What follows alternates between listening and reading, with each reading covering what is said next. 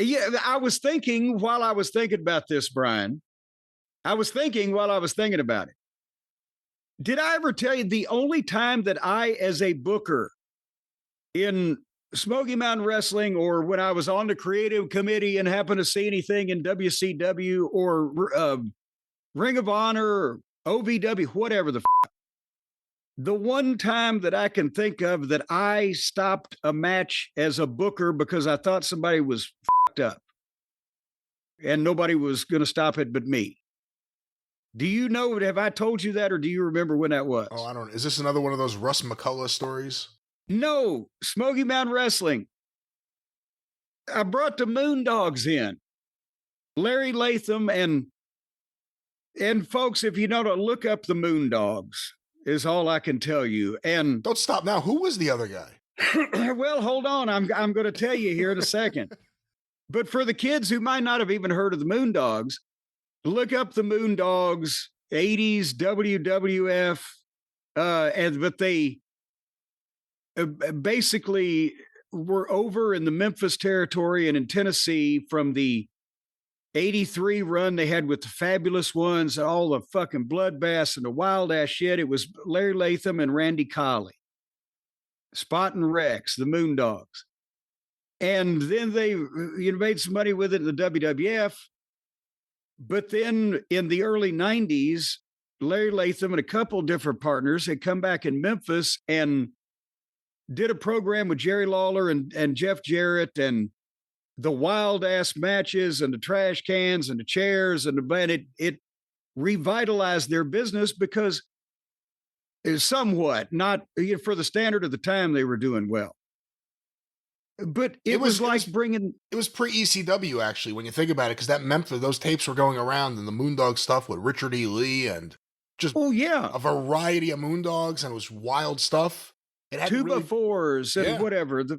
But it was like bringing the Sheik in, but the Sheik was too old, so now we've got another gimmick. It was the gimmick.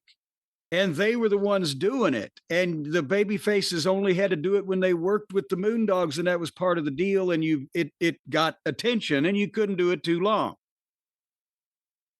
But anyway, so the point is 83 in Memphis, draw money with the Fabs. They go to the WWF, the name gets out of blah, blah, blah. But Larry Latham was from, goddamn, somewhere in Arkansas near like West Memphis or somewhere in Arkansas near Memphis. And he lived there. And they had the early 90s run, as I said, with Lawler and Jeff. Was in 93. I think he called me. I don't remember calling him, but he was pitching the idea of the Moondogs.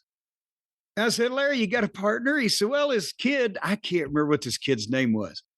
I broke this kid in. He can do the gimmick. I said, well, I think I said, I can give you all, $300 a shot for the team, which now it's, like $900 or $1,000 today.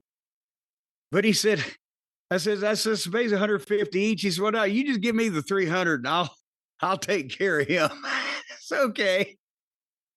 So I bring him in to have a program with the Rock and Roll Express, classic monsters against my baby faces. And then had the Moondogs against Ron and Don Harris, the Bruise Brothers, because now you got the baby face monsters against the heel monsters. And, and then it was time for them to go. But when I first brought them into television, point I'm going to make, their deal is they jump the job guys and they beat the shit out of them and they hit them with chairs and I'm blowing the whistle. I'm their manager. And, everybody's seen that drill that's seen the Moondogs. And I booked them against guys that they could just beat up. And, you're working with the Moondogs. So it's kind of like in the 80s working with the Road Warriors. You know what's going to happen. But there'd been this one guy in Morristown, Tennessee, that every time this convenience store that was on the way out of town when we went to the Kentucky towns, he'd been working outlaw and wanted to get booked. Every time I saw him, he wanted to get booked. And finally I called him. I said, well, you want to work with the Moondogs on TV? Okay. So I figure at least this will discourage him, if nothing else. But they're having the match, and Brian Hildebrand, Mark Curtis is the referee. It's a TV match. I can't remember if it was the first one they'd done or one of the first ones.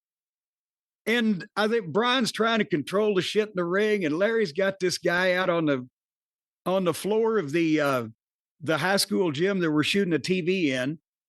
And Larry Latham picks up a steel chair, just the same kind that you get at Home Depot, no padding, no nothing.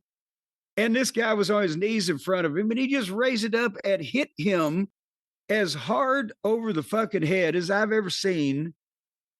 I don't even know how to explain to you the sound or the force or the way it looked or just the guy crumpled. Oh. And I said, well, shit, he's killed him. And I'm waving at Brian. I said, ring the bell. And Brian turns around. Brian says, so what? I said, ring the bell. Just stop it. Just stop it. He's dead. He's killed him out here. Because Brian, I think, was still trying not to see all the chairs and shit so we wouldn't DQ it or whatever. And he just could ring the bell. And then the Moondogs are still beating these guys up. I don't think that first guy was up yet. But they want to do more shit, and I'm blowing the whistle for real. It's over. We're out of time. We got to go. We're in break. And I finally try to get them settled down. And because I'm sure I've seen, well, this fucking guy's got brain dead. We're going to have to call an ambulance here in a minute. And I can't remember. I said, maybe even had to go to the desk and do a promo first, right? Or whatever. But as soon as we got back in the fucking locker room, I said, where's that fucking guy? And there he was. And he came up to me. He said, did I do okay, Mr. Cornette? You think you could use me again next month? I'm like, God damn, I never want to see you again. Oh. The fuck? Why are you going to blame him?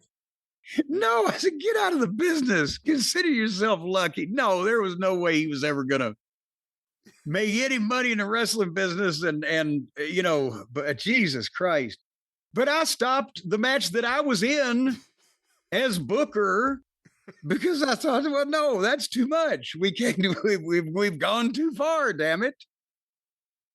And I don't know. Now book me, sure, I'll finally give you a shot against the Moondog. What did you think was going to happen? Well, now there's a line that needs to be crossed. I thought he'd get a good indoctrination into job guy, and I didn't know he was going to get fucking brain damage. Now it was hard to tell from before or after with this fellow if he suffered any ill effects in that department, but I didn't want to fucking hasten his goddamn decline. But no, this was years before ECW also. So when I saw the chair shots that poor old Boo Bradley, Balls Mahoney was taken, and then, but anyway, that's what I'm saying is sometimes you got to, I'll tell you another one now that I've just thought of it. To be honest with you, did I tell you when I called an ambulance on somebody? In the middle of a match? As Booker, yes. No, I don't know. I hate to laugh because I don't know where this is going to go, but no, I don't know this story. I was in the goddamn match again, but I was also the Booker in Smoky Mountain Wrestling. We had, I think it was one of the Fire on the Mountains in Johnson City, Tennessee at Freedom Hall. And it was the 10-man Rage in the Cage where it was Bullet Bob Armstrong, the Rock and Roll Express, and two of Bob's sons, which I'm thinking were Scott and Steve. And it was my guys, the bodies were in it. I'm trying to think who else my heels were, and me, right? And you go in, War Games rules where you go in one at a time from each team, and finally you're all in and the blah, blah, blah. And of course, I'm going to be the last one in because I'm scared. But anyway, what I didn't know until we had the match laid out, and the match was going perfectly according to Hoyle. But what I didn't know, because I was doing promos or whatever earlier in the day and didn't just sit there and stare at everybody's conversation, but Ricky Morton and one of the Armstrong boys, I don't know, Scott or Steve, were having a debate because they were both going to get juice in the cage match, right? But they were having a debate on the best method of the blading process. And one of them was favoring once across lightly. That was the Armstrong. while Ricky Morton was favoring to stick it in and turn. And I don't know if they actually got goddamn, heated over it or whatever, but the match is going along and all of a sudden, boom, Armstrong has got his juice and there's, things are going on just fine. And boom, Ricky gets his and goddamn, Ricky Morton starts fucking bleeding like Tommy Rich after a 3-day bender in the Omni or something. And I'm like, fuck. And as the match is going on, again, they've got Ricky down and he sells like Ricky Morton. Have you ever heard that, Brian, that Ricky Morton sells like Ricky Morton? I've not heard that, no. So you don't know whether he's fucking dying or not to begin with, even if he's not looking like he's ready to pass out from blood loss. And finally, and Sandy Scott, I'm still at ringside, right? Maybe one of the other heels waiting to go in. Sandy Scott comes up behind me and says, "Is he all right?" I said, "I'm not sure. Why don't you call an ambulance just in case?" It's like we're having this conference while all the people are screaming as cage match is going on. So Sandy goes back in the back and uses one of the payphones, call a fucking ambulance. So there's a man losing blood. I can't think. Yeah, what did he say? Well, he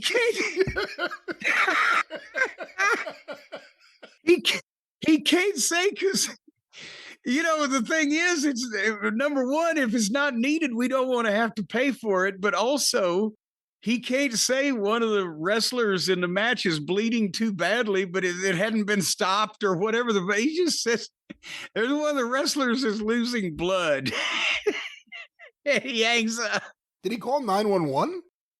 Well, he called whoever he could to call an ambulance in Johnson City, Tennessee in 1990. On a payphone? Yeah, 911 emergency. There's a wrestler losing blood. Yeah. Wrestler in Freedom Hall's losing blood. We need an ambulance. So then he walks back past me and he nods like I've called him, right? And Ricky's hanging over the ropes and he's goddamn drenched. It looks like somebody's turned a bucket of red paint over his head. And finally, my time has come and I get in there. And obviously, I'm trying to stay away from Bullet Bob, but in some way or another, the situation is not dire for me now where I can go over and get on top of Ricky Morton. And I get on him. I go, "Are you all right?" He said, "Yeah, I'm fine, Jimmy." He said, "Get on me." I said, "Well, what's the thing? You're goddamn going to bleed out." "No, it's okay." So then I start beating on him. And then we finish the match. Obviously, they beat me in some fashion in the end. And then we get to the back. Well, now the back of the fucking ambulance is pulling up. And of course, Ricky's selling in the locker room or on the way to the locker room. And as he gets in the locker room, he's looking at the ambulance over there. So he's kind of covered his head up and then the towel we've got for his blood. But the ambulance people come in and there's Sandy and they say, "Where's the emergency?" "Oh, what do you, somebody call you guys?" Well, one of the fans must have called. They see one of the wrestlers was bleeding, but he's all right. They must have called you guys from a payphone or something. So we didn't have to pay for the ambulance. But it looked for a minute, it looked like it might be necessary. So we wanted to have the option. And was I too compassionate a booker, a matchmaker? I don't know. I don't know about that. I don't know if anyone's ever talked about your compassion as a booker or a matchmaker. Well, see, more people ought to then. Anyhow, right. Were we talking about Heyman or were we talking about? I don't know. We originally kind of went from there, but just dangerous stuff and stuff that shouldn't be too dangerous. And when do the people in charge have a responsibility to not let people fucking do stupid shit that is not worth the goddamn risk, or just set up a pattern of doing stupid shit so that becomes the norm, and then the next people have to do stupider shit to get the same reaction, and then that's where we are at today after all of this. Yeah, now you know not to really react unless the referee looks really concerned Unless the referee drops down quick to get in the other person's face and go, "Are you alive?" Oh, yeah.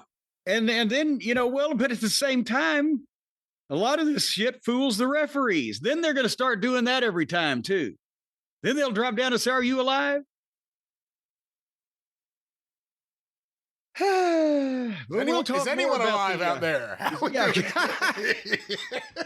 We'll talk more about the blooper reel when we get to the modern wrestling.